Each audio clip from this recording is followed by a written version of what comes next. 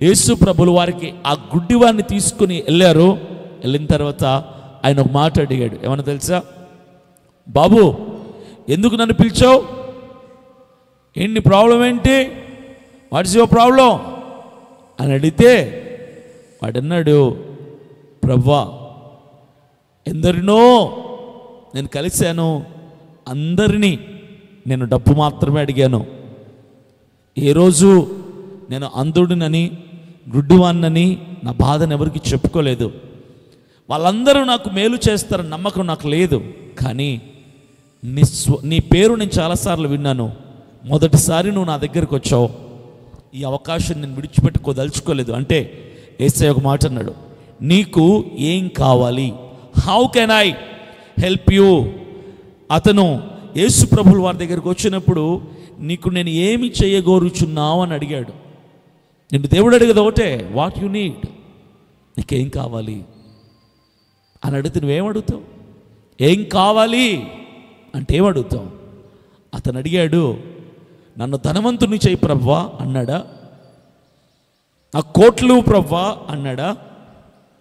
నా కుటుంబాన్ని ప్రభువా అన్నాడా? నాకు స్థలాలు పొలాలు కావాలి అన్నాడా? నన్ను గొప్పవాన్ని చేయి అన్నాడా? అవేవి అడగల.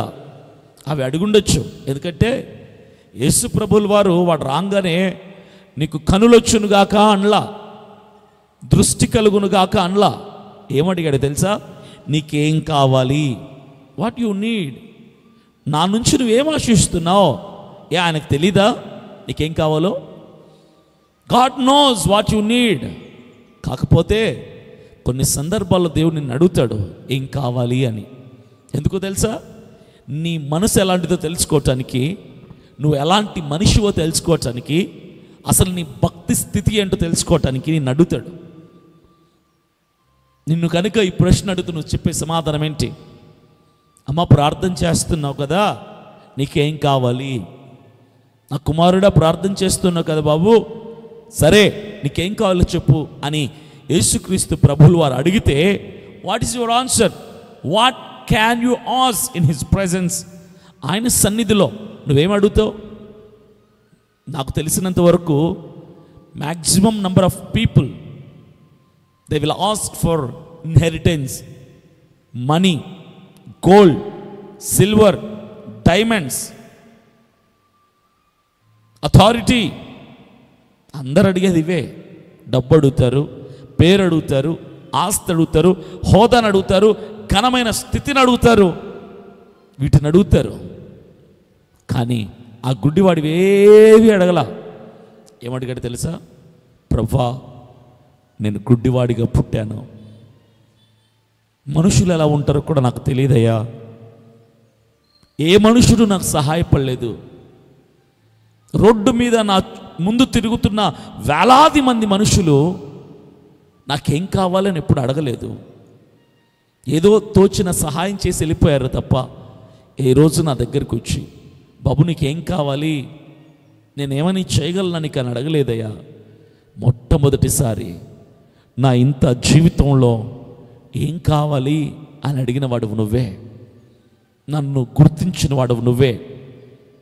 మనుషులకు తెలియదు నీ కష్టం, కానీ దేవునికి తెలుసు నీ జీవితం.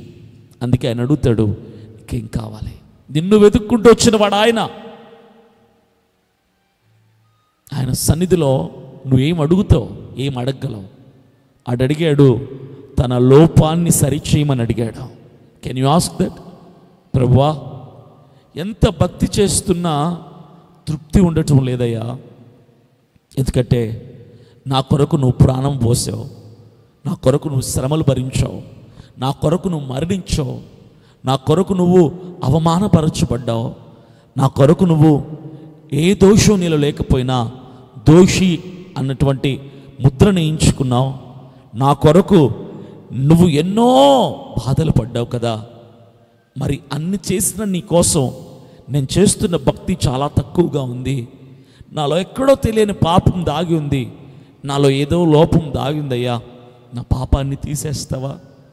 నాలో ఉన్న ఈ లోపాన్ని తీసేయి, నాకు నిన్ను చూడాలని ఆశ ఉంది అని నువ్వు అడగలవా?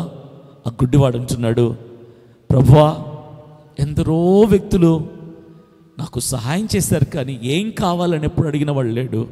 కానీ మొట్టమొదటి వాడు నువ్వు నన్ను అడుగుతున్నావు ఏం కావాలి అని. నాకు ఒకే ఆశ ఉంది ప్రభువా, తీరుస్తావా అని అడిగాడు. అంటే యేసయ్య అన్నాడు, ఖచ్చితంగా నీ ఆశను నేను తీరుస్తాను, చెప్పు ఏం కావాలి అంటే.